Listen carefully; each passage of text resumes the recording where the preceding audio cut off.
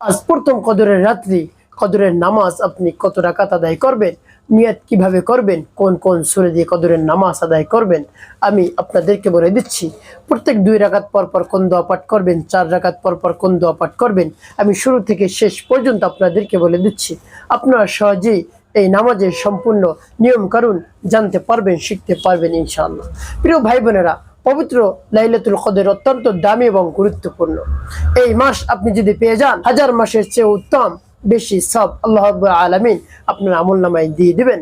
আপনি যদি একটি রাত পেয়ে যান লাইলাতুল কদরে, তাহলে আপনি ইবাদত করবেন এক রাত্রির, কিন্তু সব পাবেন 1000 মাসের চেয়েও বেশি দিনের সব আল্লাহ রাব্বুল আলামিন দান করবেন। তো প্রিয় ভাই বোনের জন্য পবিত্র লাইলাতুল কদর আপনি রমজানের শেষ দশকের মধ্যে খুঁজতে থাকবেন। আপনি যদি পারেন ইতিকাফে বসবেন, অন্যথায় শেষ দশকের প্রত্যেক দিন খুঁজবেন, অন্যথায় বিজর রাত্রিগুলোতে আপনি অবশ্যই কদর খুঁজবেন। প্রত্যেক রাতে আপনি না ঘুমিয়ে জাগ্রত থেকে লাইলাতুল কদর তালাশ করবেন। অবশ্যই আল্লাহ রাব্বুল আলামিন আপনার আমলনামায় লাইলাতুল কদরের সব লিখে দেবেন। সুবহানাল্লাহ বিহামদিহি। তো প্রিয় ভাই বোনেরা, এই রাতে নামাজ কত রাকাত আদায় করবেন অনেকে দ্বিধাদ্বন্দ্ব থাকেন। 10 রাকাত আদায় করবো না 20 রাকাত না 100 রাকাত, কোন কোন সূরা দিয়ে আদায় করতে হবে, নিয়ত কিভাবে করতে হবে, অনেকে এটা নিয়ে হতাশাগ্রস্ত হয়ে পড়ে, দুশ্চিন্তার মধ্যে পড়ে যায়। আমি আপনাদেরকে ক্লিয়ার করে দিচ্ছি। আপনি এই লাইলাতুল কদরের নামাজ আদায় করবেন, এসব নামাজ আদায় করে পরে তারাবির নামাজ আদায় করে এরপরে লাইলাতুল কদরের নামাজ আপনি আদায় করবেন। এখন বলতে পারেন হুজুর নামাজ কেমন করে আদায় করব, আমি বলে দিচ্ছি। নিয়ত কিভাবে করবেন শুরুতেই বলে দিচ্ছি।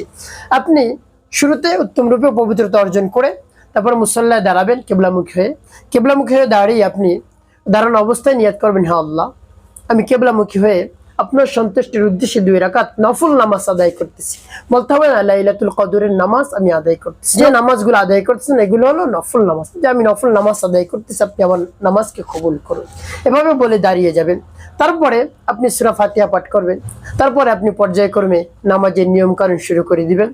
এরপরে সূরা ফাতিহা পাঠ করবেন। সূরা ফাতিহা পরে যে কোনো সূরা মিলাবেন। এখন বলতে পারেন হুজুর কোন সূরা, আমি 2টা মাত্র সূরা পারি, সূরা ফাতিহা, সূরা ইখলাস। এই 2টো সূরা দিয়ে কি পুরো 10 রাকাত 20 রাকাত 100 রাকাত নামাজ আদায় করা যাবে? হ্যাঁ, অবশ্যই যাবে। তবে যেগুলো জানেন না সেগুলোর প্রতি জানার আগ্রহ থাকতে হবে। তো প্রিয় ভাই বোন, এভাবে যদি জাগার আগ্রহ থাকে, তারপরে মন মানসিকতা থাকে, তাহলে আল্লাহ রাব্বুল আলামিন কবুল করে নেবেন।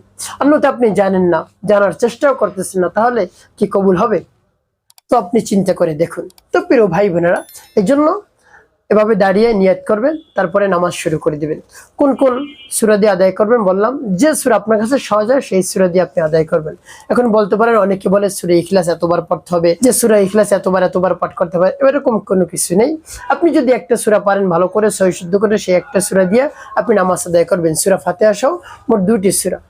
তো প্রিয় ভাই বোন, এভাবে নামাজ আপনি শুরু করে দিবেন।